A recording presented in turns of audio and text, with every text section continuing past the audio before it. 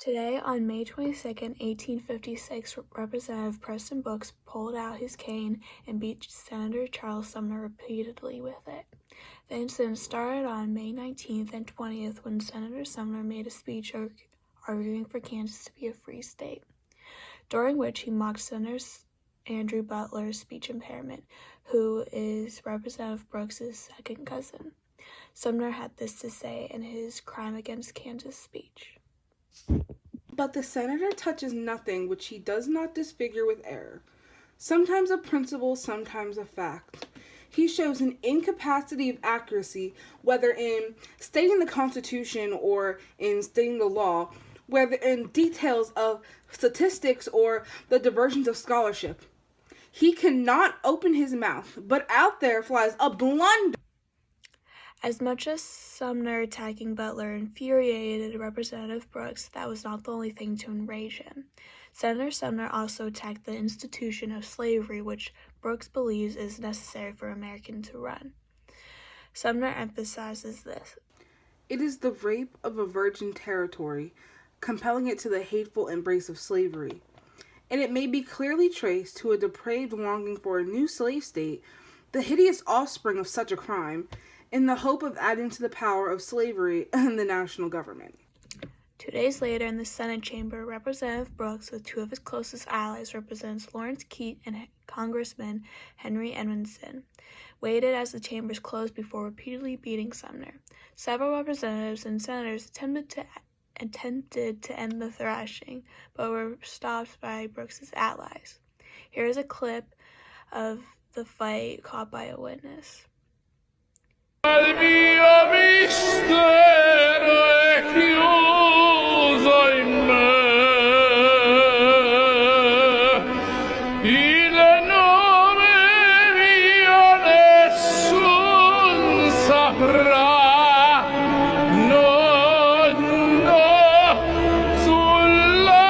Here is also a photo of the event.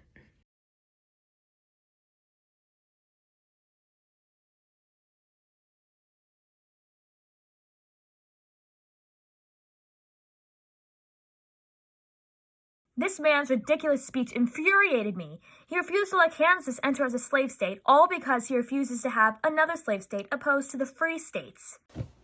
I believe that the convention that wrote the Constitution was not freely elected. I have every right to oppose. I wrote that speech to inform the public of the looming increase of power of slavery and what could come of it. Lewis Cass referred to your speech as the most un-American and unpatriotic that ever grated on the ears of the members of this high body. Senator, your re-election is coming up, correct? It seemed you slandered many senators in your speech, like Stephen Douglas and my first cousin, Andrew Butler.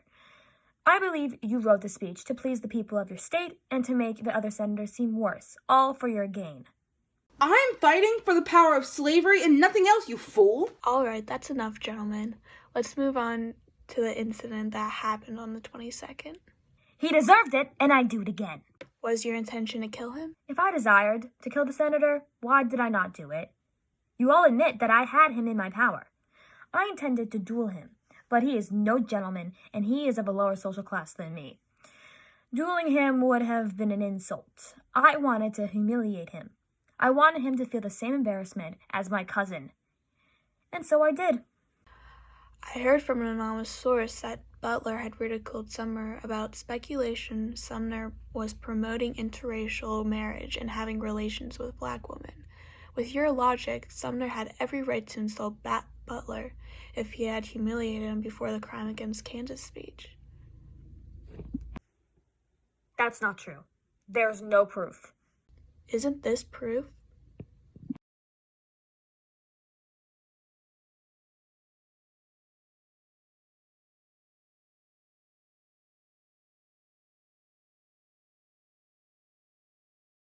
He mocked my cousin.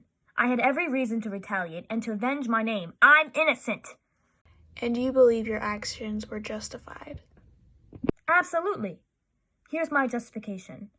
Regarding the speech of Mr. Sumner as an atrocious sick libel on South Carolina and a gross insult to my absent relative, Judge Butler, I determined, when it was delivered, to punish him for it. As a Southern Democrat, I believe what I did was right. I defend the institution of slavery and my family's honor. I protect the Southern way of life, and I have chosen to beat Sumner precisely as I would a slave or a slave ally. What is your defense of the institution of slavery? It is the foundation of our economy. If the institution of slavery were ever to disappear, the cotton industry would collapse. As you can see in the maps, the production of cotton is correlated to the map of percentage of enslaved individuals, proving my point that America needs the institution of slavery. And Sumner, we already know your view on the institution of slavery, but is there anything you would like to say about the brawl? Do not mind the bruises. I am in critical condition. I am tired, so I can't talk for long, but as an American, it is my right to speak my mind. I didn't accept the duel because of my old age, but despite my gracious decline, he still used violence. He had no right to do that, and he should be punished. Down south, I've heard the cane stores out of stock due to the people's demand to send Brooks a new cane. But maybe Sumner is the one who needs it more. That's the story for today, folks. More at 10. Several months later. News just in about the Dred Scott case. The Supreme Court is making the decision today, March 6, 1857. The case was first issued in 1846. This is a long-awaited case, not just for the Dred Scott, but for the African American community. But first, let's get some backstory. Here's John Sanford with his point of view. My brother-in-law, John Emerson, bought Dred Scott off of Peter Blow. He thought that moving to Missouri was a good option because slavery had just been adopted due to the Missouri Compromise. But unfortunately, my brother-in-law died in 1843, but he left me with his estate, which meant that I got Dred Scott. So what happened after that? I took Dred Scott to Illinois and then to Wisconsin. How would I know that they were part of the Northwest Territory, where the 1787 Northwest Ordinance had outlawed slavery? Ridiculous. Anyways, in my brother-in-law's will, he left me with his property, which means Dred Scott. See? John Emerson, owner of Dred Scott. It is said here the Missouri Supreme Court agreed to free Dred Scott, but his new master appealed to the U.S. Supreme Court, which overruled the decision. Even so, it passed to the Supreme Court, where Chief Justice Roger B. Tanley wrote a speech that ruled it lacked jurisdiction to take Scott's case on, because Scott was, or at least had been, a slave. Thank you, Sanford. Now here's Dred Scott with his testimony. I know the Northwest Territory outlawed slavery, so I kept my mouth shut till I got there. Then I sued for my freedom. I was in a free territory, and that makes me a free man. Court is now in session. We should find out in a few minutes if Dred Scott is a free man. Dred Scott is walking out of the courthouse. Dred Scott, what was the verdict? Are you a free man? In this country, I'm barely considered a man, and certainly not free. I respect the court system, and I'm grateful that they took my case, but it wasn't fair. It's never fair for the black man. The Supreme Court kept me in chains. Chief Justice Taney was a former slave owner, so his opinion was expected. Think you would admit he was wrong before? Although I was a previous slave owner, I am not anymore. As Chief Justice, my job is to be unbiased and judge every case fairly. This case has been twice argued. After the argument at the last term, difference of opinions were found to exist among members of the court.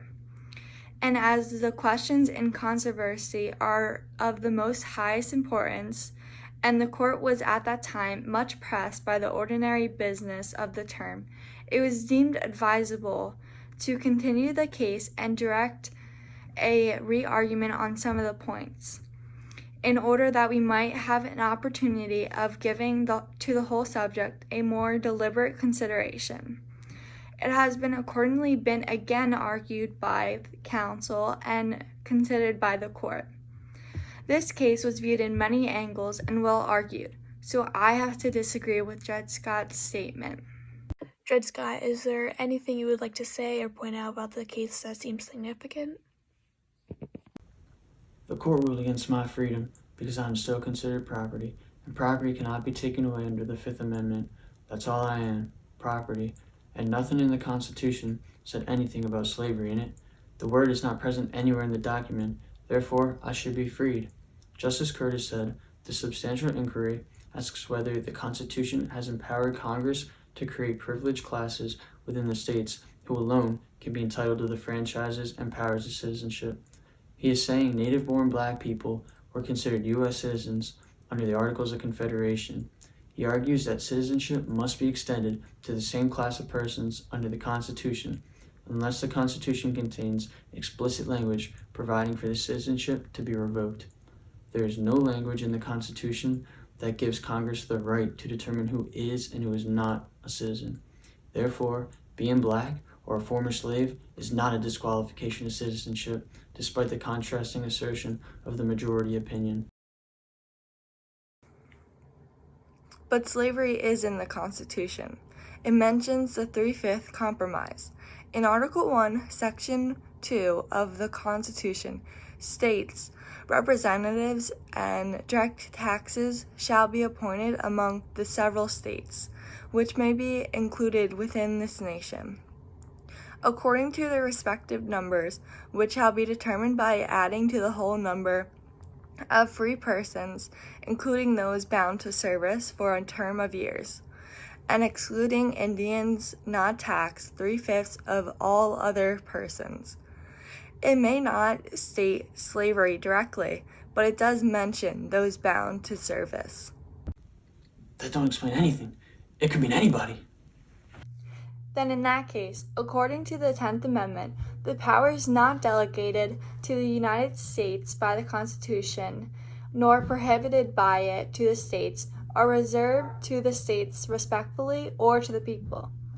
This means that in your case, then gets decided by the states, so it is completely justified why you wouldn't be freed. Thank you, Dred Scott and John Sanford. And Chief Justice Taney, what do you expect the outcome to be with the results of the case? I full-heartedly believe that this case will strengthen our nation together and settle any disagreements that are still left in the air. I believe compromising is better than all or nothing. If we give one side more than the other, then havoc will wreak. We must compromise like the way our democracy was built to be. Isn't it possible that sometimes making too many compromises will wreak havoc anyways? Isn't it possible there's nothing that can stop conflict? Was this case just pushing up the issue of slavery, or did it resolve the issue? No, this case did not solve the entire issue. Someday the conflict will end. This case will be the first steps towards that unity. I'm getting more information about the case. The status of black people, both free and enslaved, arguing that black people can never be citizens of the United States. Further, the court ruled that Congress had no authority to stop or limit the spread of slavery into American territories. This pro-slavery ruling explicitly made the Missouri Compromise unconstitutional. It had banned slavery north of the 3630 line. This is definitely shocking. This verdict will anger many people and create further tensions between anti- and pro-slavery groups.